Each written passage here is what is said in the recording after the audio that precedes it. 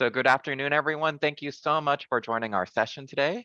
This is our third session that's focused on EAC as a tool. So our session title is Maximize Teaching Impact with Data-Driven Insights, Discovering that EAC Tool in Blackboard Ultra. And I'm so happy to welcome once again, Dr. Ruth Newberry, Principal Consultant and Director of Professional Services and Assessment with Anthology. So thank you again, Ruth, for joining us on this beautiful day. And the ball's in your court now. All right. Well, thank you, David. And thank you, everyone, for joining again today. And as David said, I'm sure we're all wishing we were outside in the beautiful spring weather than inside, but I'll try and make it as engaging and as exciting as possible today as well. As David indicated, really our session today is it's the third of 3. And I just want to go back a little bit briefly and kind of highlight some of the earlier 2, because I see some names that may not have been able to make those earlier sessions. So David has the links. He can direct you to them. Our first one was really an introduction to the EAC tool. I'll talk about that a little bit more, but EAC is a Blackboard assessment and course rubric and analysis system that just integrates right into your Blackboard system. But in that first one, we really did an overview of how it functions as a course reporting tool for rubrics and exams. So I won't go into that level of detail today, but I would suggest if you are interested in EAC that you please go back and watch that. Then we followed the next month in March with how you can really dive into those tests and rubric analysis reports within EAC, use them to find out how students are learning, what areas that you're evaluating in your rubric or your test that they may be struggling on, as well as how to get insights into improving those instruments, those exams and rubrics. So now it is April, which I find hard to believe. And we're today going to take it to another step. And that is most faculty, in my experience, typically have a kind of annual report or even an end of the year semester report in which you may have to discuss one or all of your courses and how students performed. That is, do you feel that they were meeting your learning objectives, your course objectives for that course, and create a kind of narrative and support it with evidence. Well, evidence typically has been grade distribution. How many students got an A, B, C, D at the end of the course?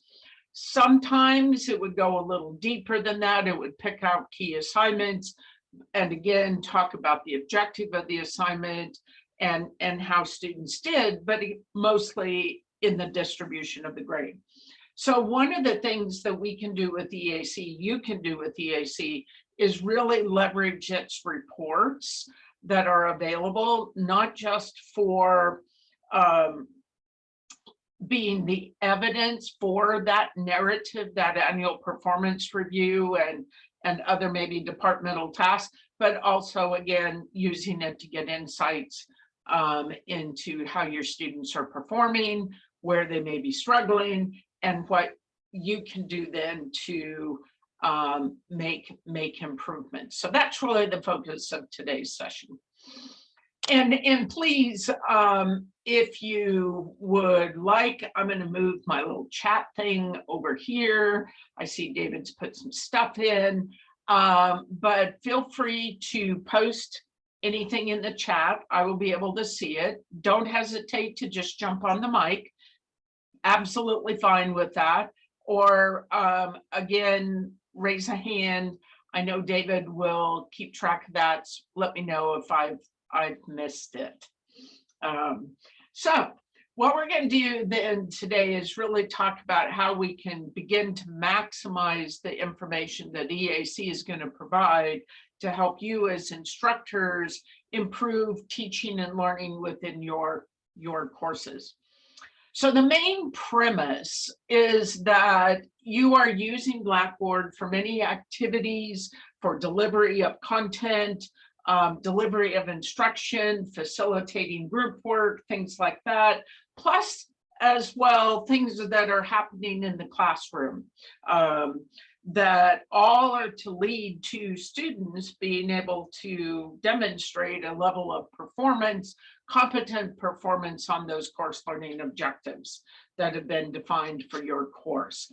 Well, the more you can put into your Blackboard course site, and by that, really what I'm talking about is getting assignments into the Grade Center, using more rubrics to evaluate students on the learning objectives of those assignments, being able to deliver quizzes and exams within Blackboard. Again, all looking at how to measure students to see if what they're learning, how where they're struggling, and be able to give you better insight. I do know that there are going to be challenges with exams and integrity, and there are some things within Ultra, I'm not going to go into it today, that can help with that.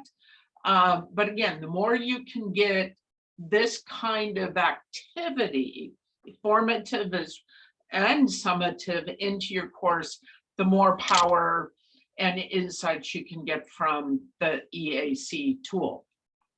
So just briefly, EAC is a test item analysis, a rubric row analysis that can provide you as instructors great insight and robust statistical analysis on rubrics and tests to let you know how effective they are and where changes might need to be made. And I will caution everybody too, changes don't always have to be at the question or the rubric level. There may be other changes that need to be made.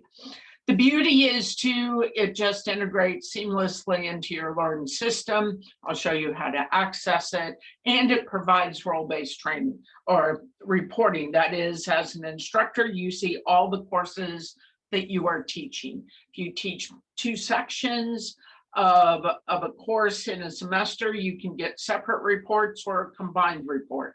Teach that course again in the next semester, you can pull all 3 of those into one report, as well as do separate.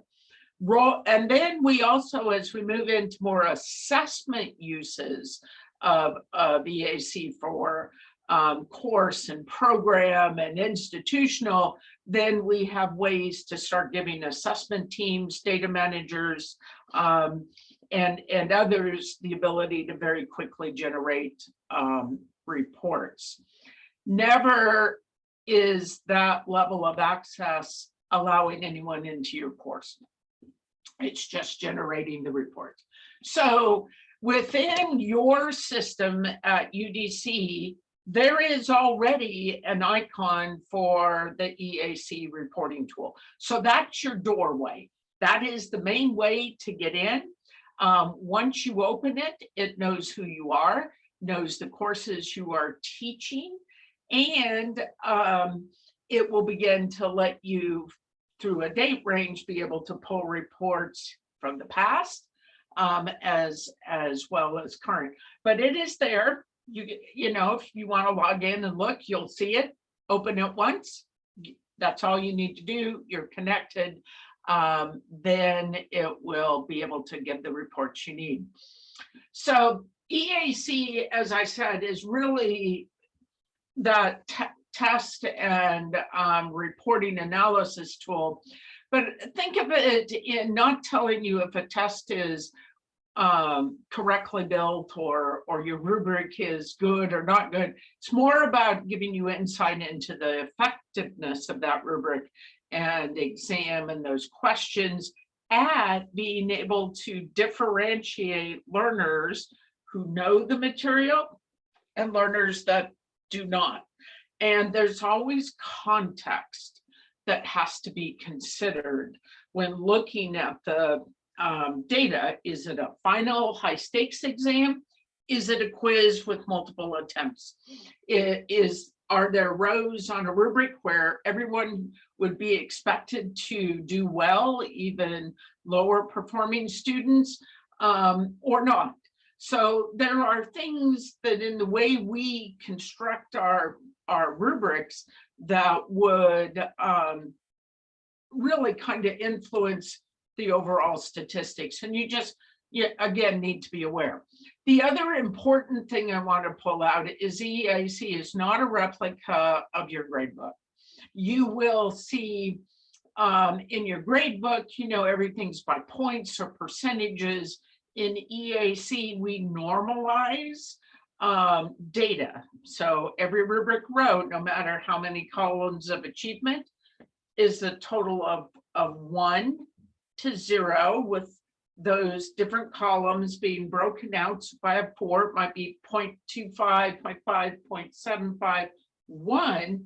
And what we're looking at in a rubric is which bucket, which column a student falls into. If they fall in the lowest, they're going to get a 0.25 kind of credit. If they get the top, they're going to get a 1. Same with exams. In exams, it's a lot easier.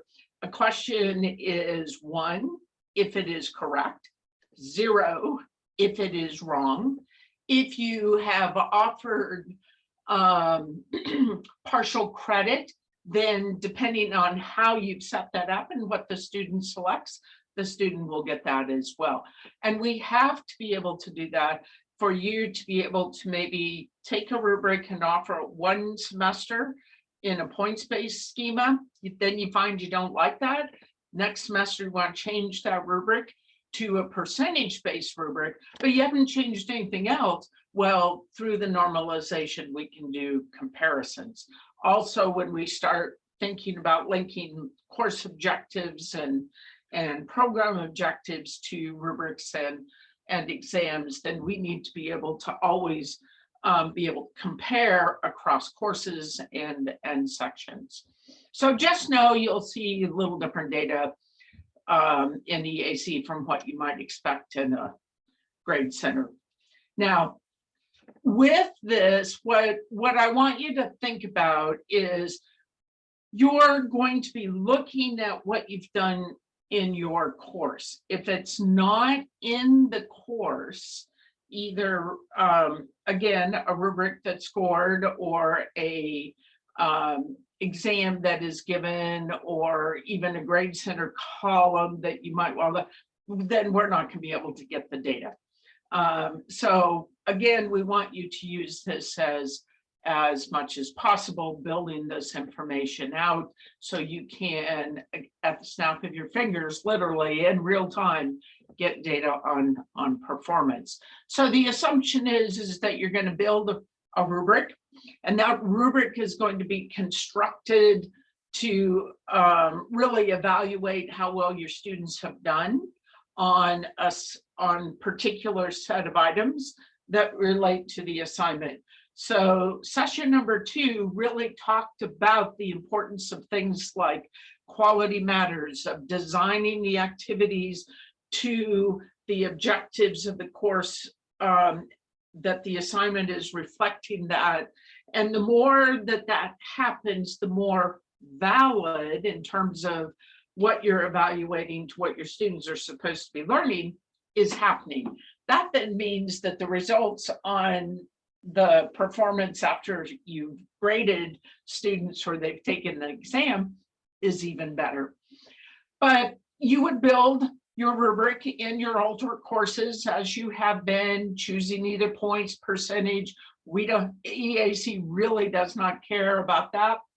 And then applying that to the assignment. Same with the test. You're going to build the questions. You can build pools. You can randomize how questions are presented to students. That is fine. EAC doesn't worry about that. What we're going to look at is how many students answered the question correctly. So in this case, again, you're going to see certain scores and that reflected in your grade center as you score the rubric and students complete the test. Even if you moderate some of those questions and regrade, all of that's reflected in the grade book. That's for the grading. What we want to look at, though, is now, how did students do on some of these key objectives, these key rubric criterion, key questions? Were they good questions, effective questions in doing that discrimination? So one of the things I encounter a lot is, again, as we started, faculty need to create a report and a narrative at the end of the year on how well their students did. And typically it has been grades or some manual, kind of download the grade book, do all this calculation and put things, put that data back in. Well, with the EAC tool, we want to get rid of all that manual calculation. We don't want you building out a matrix to find out how many students fell into each one of those different columns that you created. We don't want you to, in some way, spend a lot of time trying to figure out, okay, of these three criteria, which one did my students not do as well on? Where do I put my efforts? And probably it's this last one, and I can see there's a typo there. Let me fix that. You know, we have more students at the bottom than in the top end, but we can do that very quickly with the EAC too. Same with tests. We don't want you to be spending time manually figuring out how many students in this case answered correctly, and then why did all those other students not select the right answer, and is that a bad question or a very effective question? This is what EAC can provide. So again, after you've built your course, delivered your course, graded your students, or after you've given a midterm, you can open up EAC and start to get some really good data. And some of that is being able then to look at the effectiveness of your rubrics after they have been scored. So again, in one of the earlier sessions, I think it was number 2, I distributed to David, and David, if I didn't, remind me, a EAC report on how to use and interpret their statistics that will help you pinpoint key areas to look at. One of those key areas on rubrics is always the summary statistics from the menu. And in it, I can see I have 21 students. I set a pass rate, a target of maybe a 75, a mid C level. Maybe I would go higher, maybe I would go lower. And that, you know, 18 out of my 21 students actually met my target of competent or satisfactory work from the rubric. 85%, that's very, very good. At the same time, and that's reflected in the KR20, that's reliability index. At the same time, 21 students is not a lot of students. Typically anything under 30, we have to question the validity of the sample set, but we will go ahead and give you some calculations. What may be more important, though, in this is looking at the row level. And in that rubric, looking at where students have performed according to your legend here. And one of the nice things I can see is I do not have students in this green or teal colored unsatisfactory. So all 21 students are at least not at that lowest level, which would be certainly students at risk of not passing the course, not passing even other courses and perhaps their program. But I do have some in that next level, which is developing, these red. Well, the more students I have in those are indicators that these rows may be something I need to focus instructionally on, maybe give more attention to in practice activities, or engage students perhaps in other kinds of classroom or out of classroom work to help them improve. So I can see, and you may not on your screen, it might be too tiny, but I can see this style, number 5. We have students in that, and you can see too, I have no one really at the exceeds. So again, that is a row I would target and look at, oh, I need to get some more students, further along, more students out of these lower end, the developing, and into the competent and the above average. So just being able to pull up the row analysis, and there are other reports in EAC that will actually break out that 10%. How many students is that? Is that 1, 2, 3 of your total population? And even give you the ability to look at the individual student.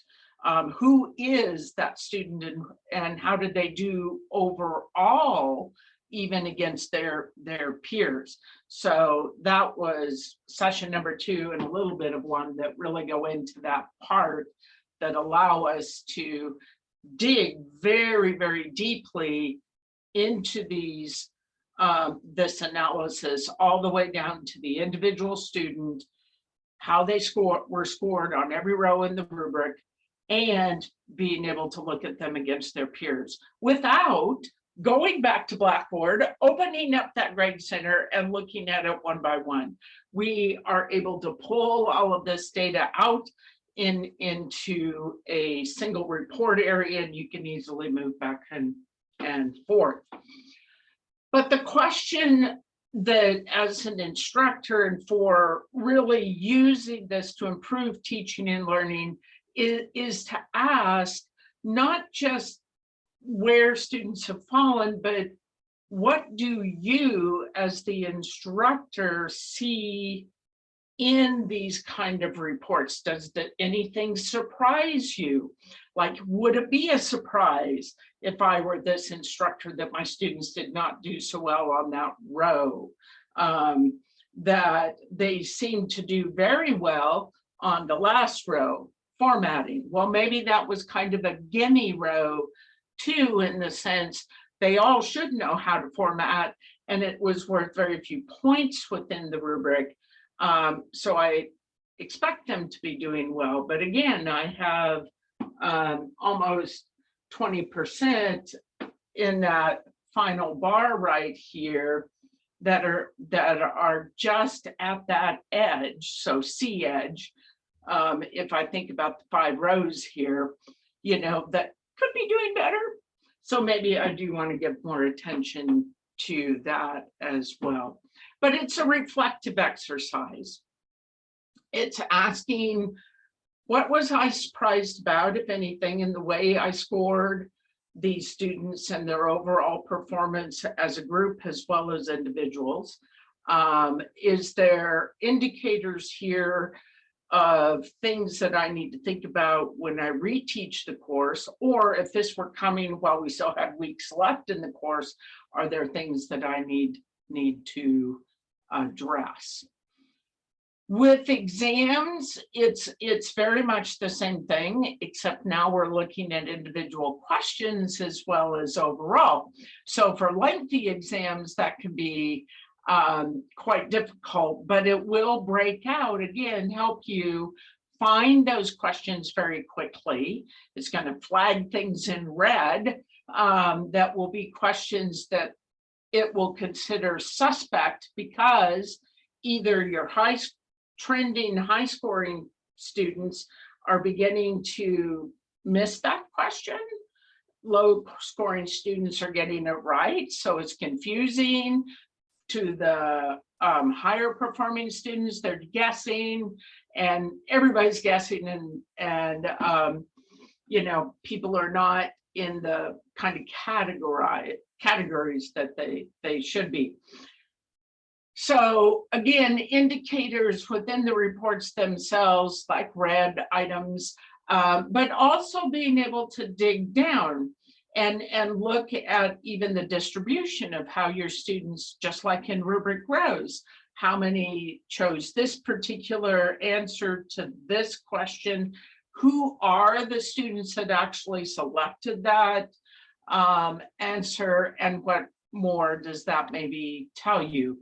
As with rubrics 2, there is a KR20 reliability index that looks at the exam overall and starts to ask, you know, in relation of each individual question to the overall exam and the performance of these students on this exam at this moment, is it really discriminating? Are all the questions, are there too many easy questions, too many hard questions? What is the balance and things like that?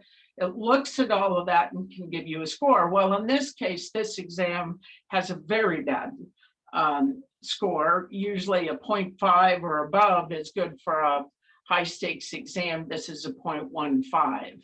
So if this were a midterm, if this were a final, I would be very concerned and want to look at my questions better and see what I need to do. If it's a quiz, I wouldn't be terribly concerned at all. And especially if I've given them multiple attempts to improve. So it's always contextual. And we'll jump into a few things here in a moment.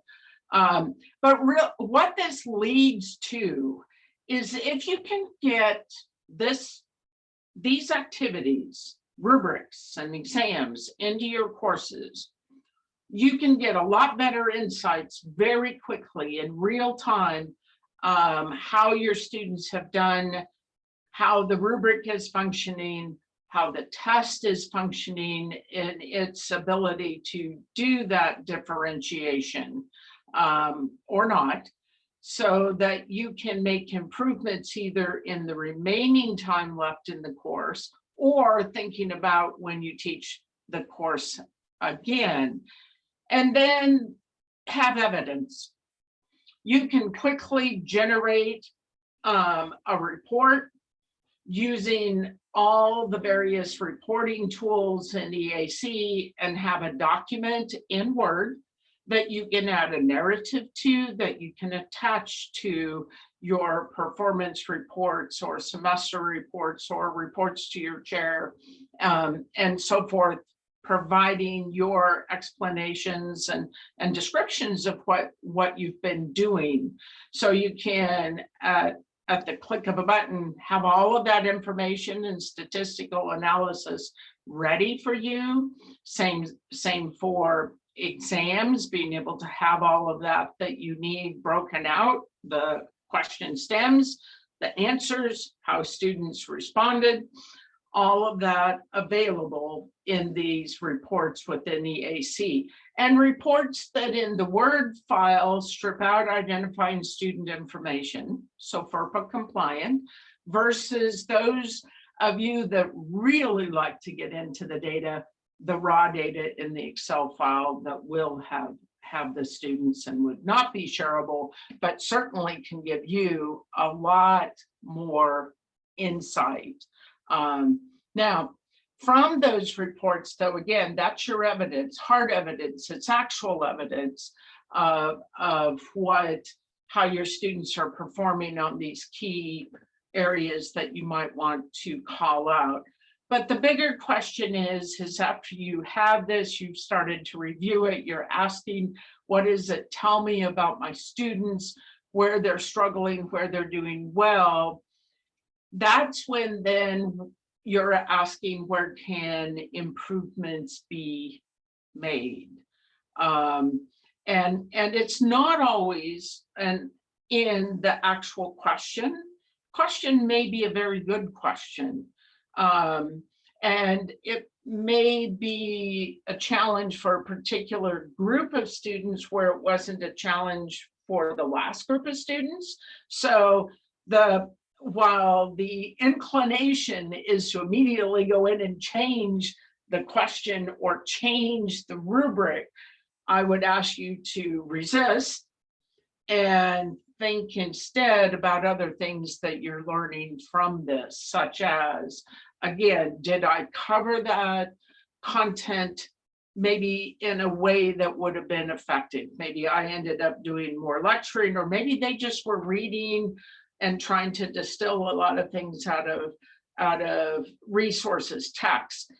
Well, maybe I could do some group activities to students today, learn in that kind of situation. Maybe I develop practice activities that they can do. So, you know, maybe that would be a better method. Content, was it covered effectively in the course? Did I really get the usual amount of time to discuss this content, or did something happen and we had to move through it rather quickly? Course design, you know, even in the way that we present the resources and activities, would have been helpful to have had maybe a short video where I summarize as the instructor some key points after we've done some things in class, or after an activity to help students. Do I have my things in my course easily located so a student knows exactly where they can get to this information? And then larger discussions ultimately at the department level, beginning to bring some of this up. You know, it's never one instructor or one course that can do it all. So thinking about where your course is in the spectrum of that student's progress to their degree, are there things now that you're beginning to use this, even others are, that really lend themselves to discussing, well, what if we did earlier introduction of concepts and work? Would that improve students' learning when they get to a course? Are there big gaps in the curriculum that on certain topics that we could do better? You know, this is where those kind of discussions we hope start happening, and they are ultimately the most productive, the ones that you can share a lot of what you're finding in your course, your colleagues and that. Now, I'm going to stop for a minute. We have a good 20 minutes left. That's where I would hope to be, so I can actually go in and show some examples. But before I do, does anyone have any comments or questions over what I've covered so far?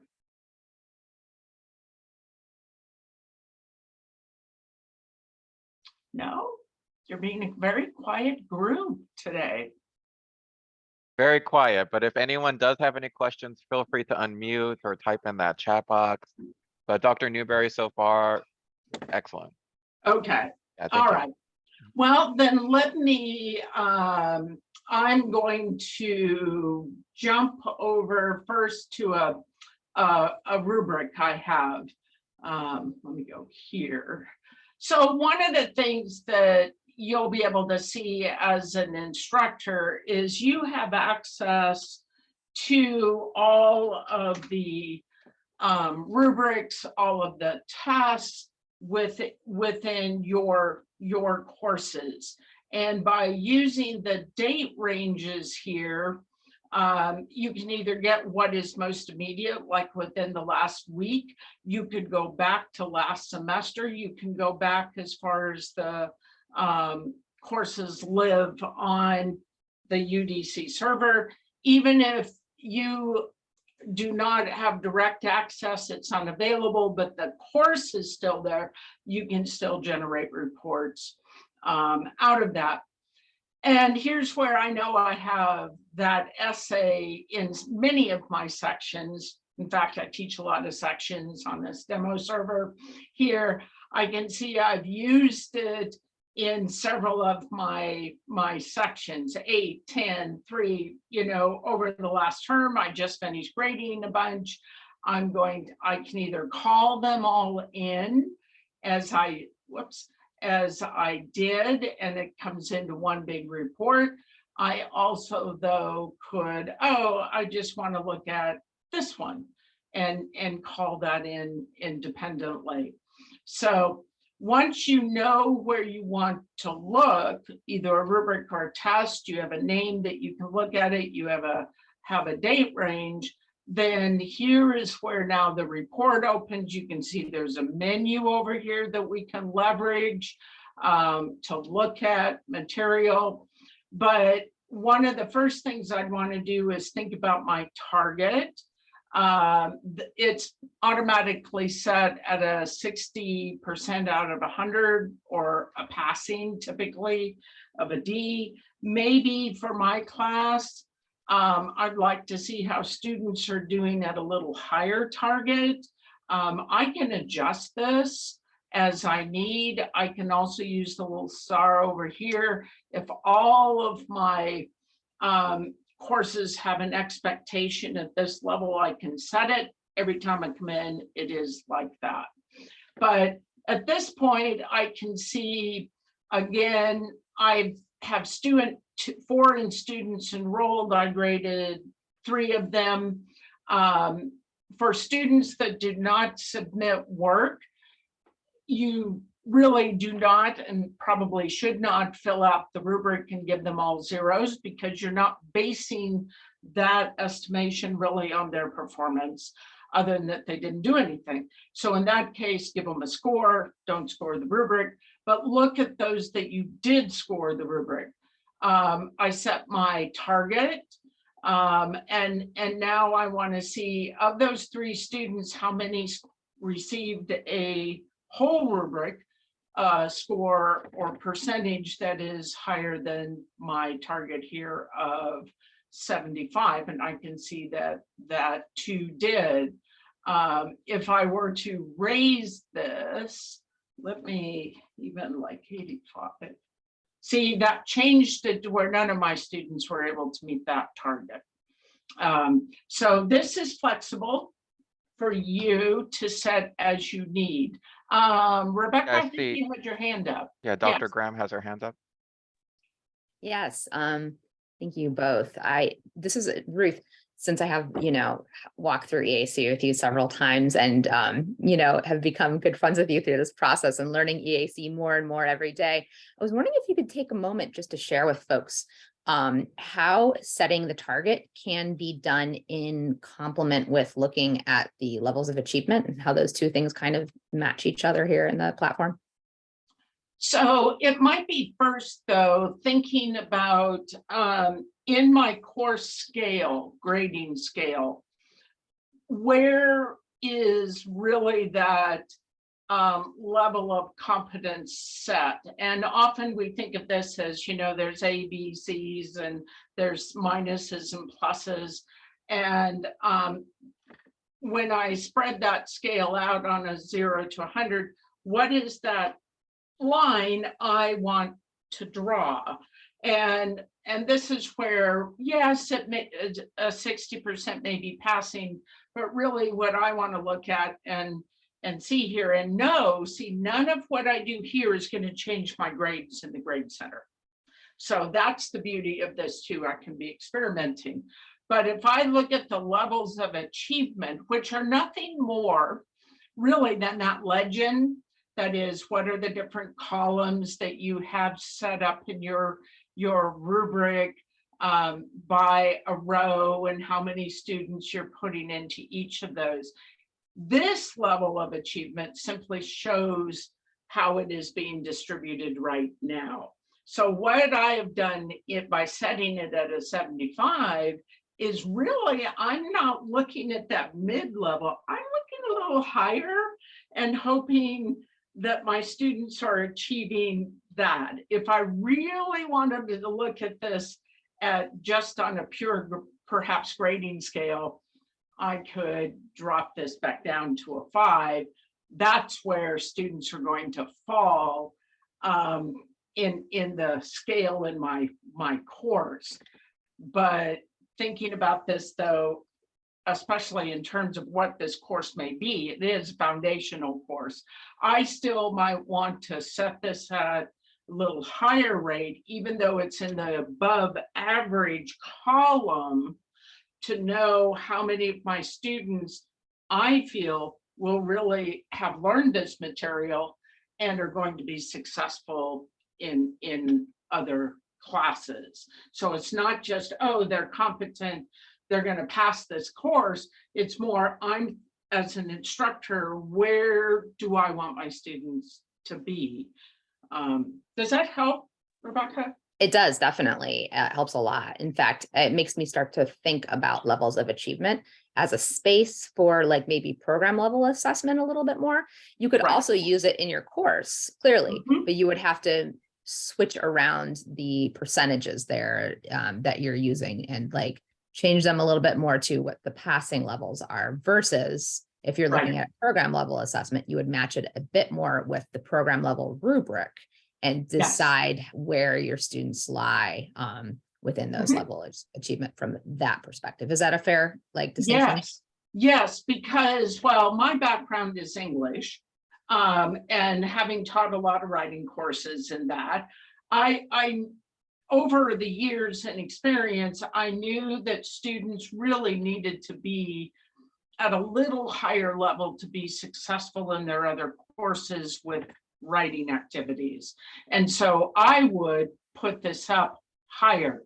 Now, if I were in nursing, engineering, and let's say we're not looking at a 150 class, but maybe a 450 class, I might jump this up to a 90 even and say, these are the students I know really know the material given how I've graded them, and how did they do, and who's meeting that and who is not. So I think there's program and course.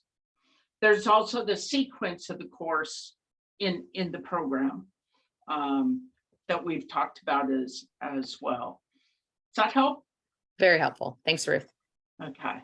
So from a rubric perspective, though, I kind of want to come in. This is a very good reliability. Again, I only have 3 students. If I had more, it would be lower. Set my kind of target at that where I think that pass rate should be satisfactory, a little bit below. Then when I come in and look at this, I can see where my students are scoring. Now this 79 here, 78, 73, 80, 85. So my lowest is this row on organization. And as I look down here in the graph, I can see that as well. Again, I have no one in the exceeds at all. They're all in that competent, and I have a larger number in the red. But I can look at this row and say, okay, what do I need to know about this row? Go over to the details. That was row number 3. And that 73 is being arrived at because we have 2 at competent, 1 at developing, where up above, I have a little higher because I have more students at the higher level than a lower level. And do I have another one? No, most of them are kind of like that. But if I look, whoops, I don't want to annotate. Sorry, come back. Yeah, turn that off. Okay. If I come back and look at that larger group, if you remember, they're evening out a little bit more. I can see that row now is an 82 out of 21 students, a higher row. But now I can go look at this And again, I can see quite a few students are at the above average and above, not as many at the lower. Again, is that what I expected or not? But I can be using those tools to look. Then though, I could also say, well, you know, I have one student here that's still not getting it. While I intuitively may know that, I can also help over here to student rows and find that third row here, this one, and scroll down, and I can see, yes, indeed, it's Isabel. And if I start looking at her scores across the whole rubric, I can see that she's not as performed as well as I would have hoped. I also can look at this a little differently, take it this way, now see the rows here and the students on this, and here's where I can see Isabel a little differently, but you can see she's underperforming, and then I can look at her in comparison to her peers. So we can dig way down to that individual student level to get a much better sense of how individual students may be performing, and that's influencing then where they're being scored. But typically I find starting here, and just, is there anything surprising that jumps out? Did they do better or worse in any one column criterion than you would have expected, and then starting to dig down. With tests, it's not a good test to use. Let me test. With tests, it can be a little different.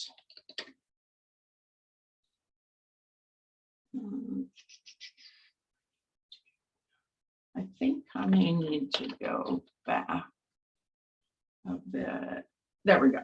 So if I call up some tests, and I gave this particular test here, again, 14 students, 13 completed it. My KR20 though is just a little bit above that 0.5, which is a decent score for a high level exam. But I know too, I don't have a large sample size. So I might want to look at this and think, okay, what am I finding? Well, the first thing I find, which is good, in the item analysis, nothing is red.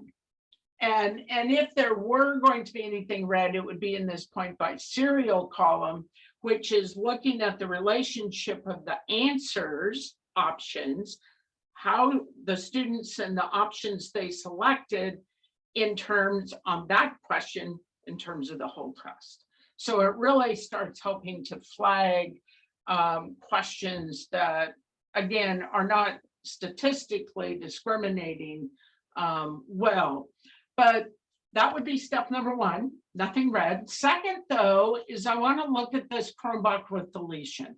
So if you remember, the KR20 was a 0.675. This column I can sort it so high to low, and I can see one of the things that's good, again, why I have nothing in red.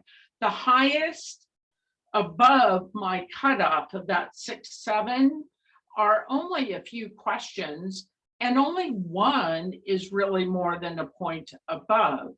So again, my questions overall are quite good, but if I were to see a value there that might be 2-3 points above that KR20, then that is definitely, again, a question I want to look at, even if the point by serial may or may not be a red indicator. But this is a place I can begin to look at the effectiveness of the questions. And then p-value. P-value is easy and hard. So this is looking at balance. Sorting this, I can see I have 3 questions everybody got right.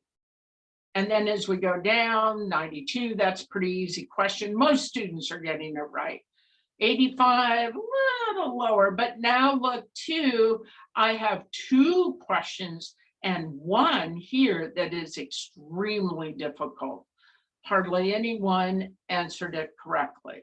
Now, that may, because it's green, it's just a hard question. I may have intended it to be hard. But again, we can look, this is a fairly decent balance. I have some hard questions, some medium questions, and a few easy. Could I have maybe fewer easier questions? Perhaps, but maybe that's not the intent of the test. Maybe this is telling me students are getting the material, they're doing well. So again, we always have to think a little broader, but now. And yeah, go yeah, ahead. Dr. Newberry, I see that Dr. Richard Kalunga has his hand Oh, raised. sorry, thank you. No worries. Richard. Dr. Kalunga? Oh, thank you, Ruth. This might be jumping the gun a little bit, but going back to the levels of achievement, I was wondering if there's a way of comparing across sequential courses. And so in a way, knowing how, getting a window into how knowledge may have transferred, which students did well, met the level here, and how do they do in a subsequent course or a subsequent test or assignment. So just at the rubric level, not yet. However, in working with Dr. Graham and on assessment, that is where we can begin to think about if we have standardized levels of achievement on our rubrics, either in the program as a whole, which would be ideal, but not always achievable, but we can leverage what we call goals or learning outcomes. And what we begin to think about is in a grading rubric, there may be certain rows that we can align to learning outcomes. We could do it at the course level, but at the program level, I may begin to want to, oops, that's a from liberal arts. I may want to think about, this is a comp course. We have a set of learning outcomes within our comp courses, but we also can think about a 150 as an introductory foundational course versus a 300 or a 400 level course that is getting beyond even reinforced and into mastery. So if this were a rubric with criterion in those same levels, and I start aligning a mastery level outcome in a mastery level course, then when all of that starts to come together, then we can come into another area of EAC, which in your system will be not have anything in it. But now I could begin to come down and say, oh yeah, that comp program.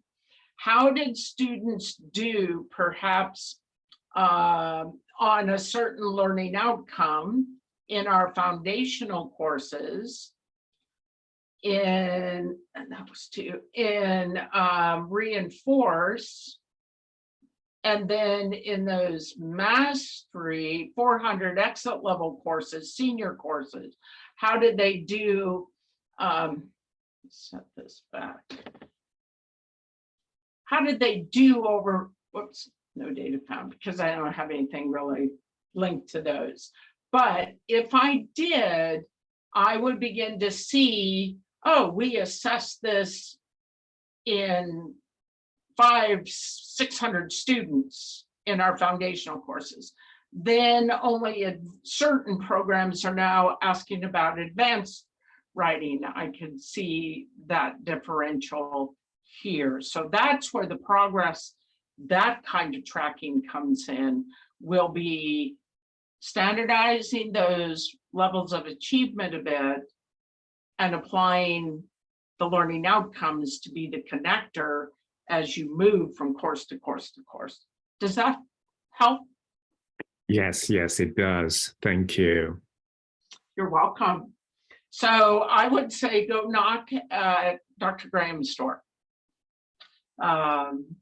This would be something that we're looking for are groups that would like to start leveraging these tools in that way.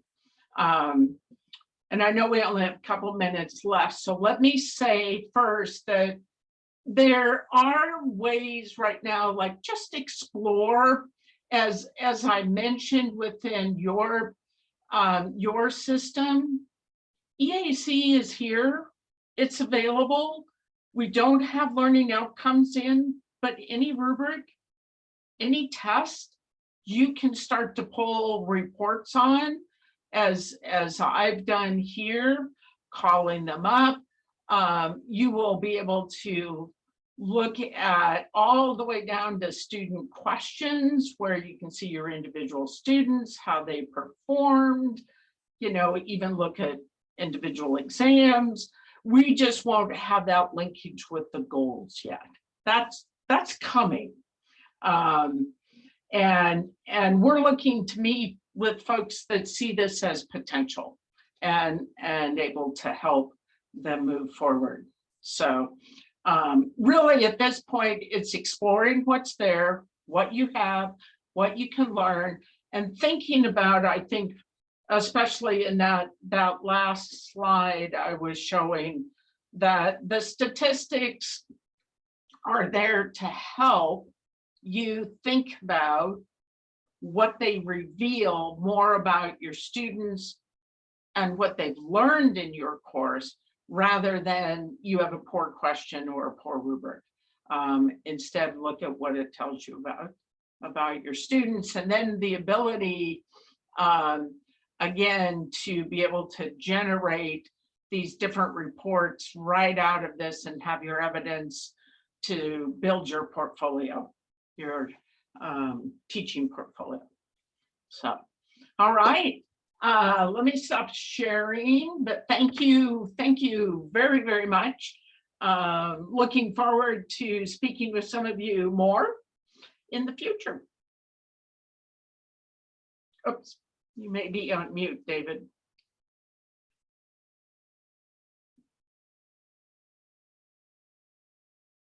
I know it's one of those days, the technology, no, maybe it's me. If you can, I'm sorry. There we go. Can you hear me now? Yes. Yeah. Well, Dr. Newberry, I definitely wanted to thank you over the past couple of months. It's been a pleasure to work with you, to learn from you. Any final thoughts before we conclude today? From my perspective, no, it would be to encourage as many people as possible to start going out and exploring the tool. Definitely. I love that. So with that, thank you everyone for joining us today. I will put the EAC resources in the chat box. That includes everything about EAC that we have here, as well as the webinar recordings. And if you do have any question, feel free to message Dr. Graham at rebecca.graham@udc.edu. And with that, Dr. Newberry, enjoy the rest of your day. It's beautiful, and we hope to see you very soon. All right. Thank you all. Take care. Bye-bye.